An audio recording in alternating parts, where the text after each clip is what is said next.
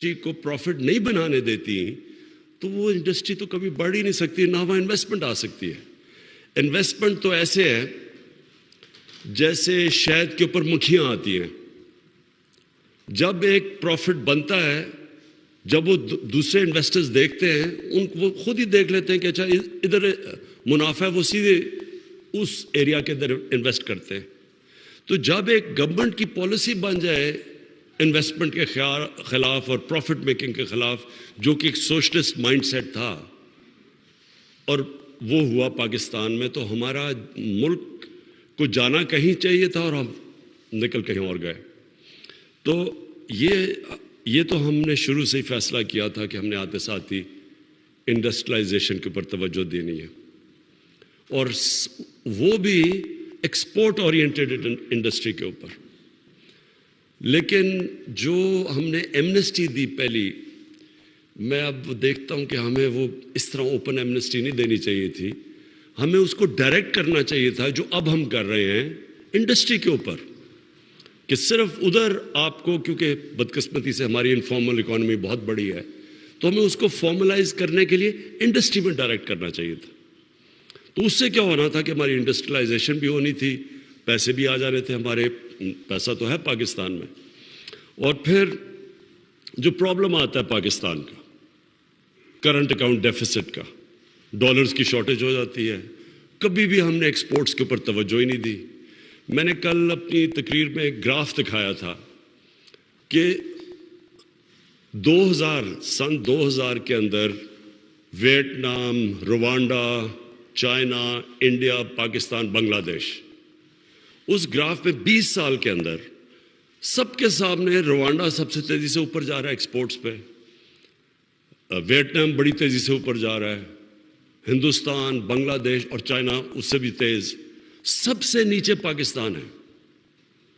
हमारी एक्सपोर्ट्स ही नहीं बढ़ी, जो थोड़ी सी मुशर्रफ के दौर पे बढ़ी थी वो भी लेवल आउट कर गई। तो जब मुल्क की एक्सपोर्ट्स ही नहीं बढ़ेगी तो डॉलर का तो क्राइसिस हर थोड़ी देर के बाद आ जाएगा। जब इकोनॉमी बढ़ने लगती थी, हमारे डॉलर्स की कमी होती थी, करंट अकाउंट डेफिसिट होता था, हमें IMF के पास चले जाना पड़ रहा था। तो कोई लॉन्ग टर्म प्लानिंग पाकिस्तान की नहीं थी कि हम कैसे इस ट्रैप पे से निकल सकते हैं कि हर थोड़ी देर के बाद हमारे पास IMF के पास जाना इसलिए पड़े कि हमारा रिजर्व्स कम हो गया, डॉलर्स हमारे पास नहीं है। तो इसलिए ये जो पॉलिसी है, इसके दो पहलू हैं। एक तो हमने सिर्फ उन जो पैसा पड़ा हुआ है इस मुल्क के अंदर, जो प्लॉट्स के अंदर पड़ा रहता है, लोग प्रोडक्टिव इस्तेमाल नहीं करते, उस पैसे को डायरेक्ट कर दिया इंडस्ट्री की तरफ।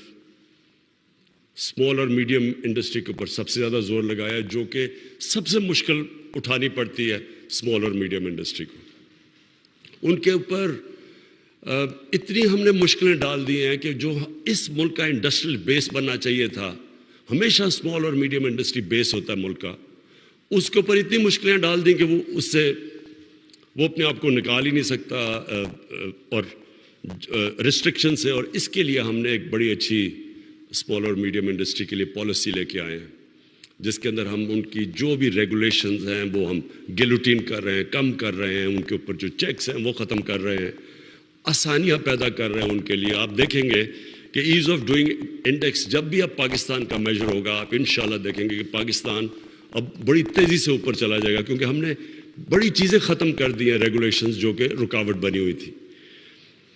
दूसरा, हमने सिक इंडस्ट्री, अब इतनी हमारी इंडस्ट्री पड़ी हुई है, क्योंकि अगर आप नई इंडस्ट्री लगाते हैं तो फिर भी थोड़ा सा टाइम लगता है, लेकिन जो इंडस्ट्री सिक हुई है वो पूरा पाकिस्तान के कैपिटल ज़ाया हो रहा है।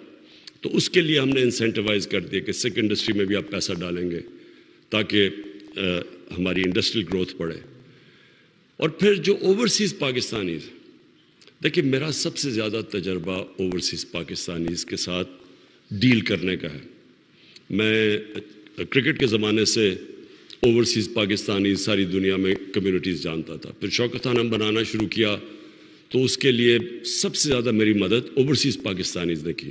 तो मैं हर दुनिया के जिधर ओवरसीज़ पाकिस्तानी से वहाँ जाता था पैसे इकट्ठे करने के लिए। तो मुझे उनका फिर बिज़नेस कम्युनिटी का भी आइडिया हो गया, वहाँ जो लोग काम करते थे। और मैंने اب میں 30 سالوں کی بات کر رہا ہوں جب سے میں نے پیسے اکٹھے کرنے کیے شوکت خانم کے لیے. تو میں نے دیکھا آہستہ آہستہ چھوٹا بزنس مین بڑا بزنس مین بنتا گیا, اور ان سے پھر مجھے آئیڈیاز آئے کہ وہ کیوں نہیں پاکستان میں بزنس کرتے, کیوں نہیں انویسٹ کرتے آ کے پاکستان میں. تو ادھر سے مجھے آئیڈیا ہوا کہ ہم نے سب سے بڑا جو اپنا اثاثہ ہے اوورسیز پاکستانی, ان کے لیے کتنی رکاوٹیں ہم نے پیدا کی ہوئی ہیں, ہر وقت ان کو مشکل رہتی ہے. پھر ایک کانٹریکٹ انفورسمنٹ, اگر ان کا کوئی انویسٹ کرتے ہیں پیسہ اور کانٹریکٹ جو پارٹنر ہے جو مسئلے آتے ہیں ہمارے پاس, ان کے پاس رل جاتے ہیں عدالتوں کے اندر. تو یہ ساری چیزیں پھر مجھے تب سے یاد ہے کہ ان کے جو وہ پھر آخر میں تنگ آ کے پلاٹ کے اندر پیسے ڈال دیتے تھے, پھر پتہ چلا پلاٹ کے اوپر قبضے ہو جاتے تھے. تو یہ ساری چیزوں کے لیے ہم نے ہماری گورنمنٹ نے آتے ساتھ ہی ایکشن لیے.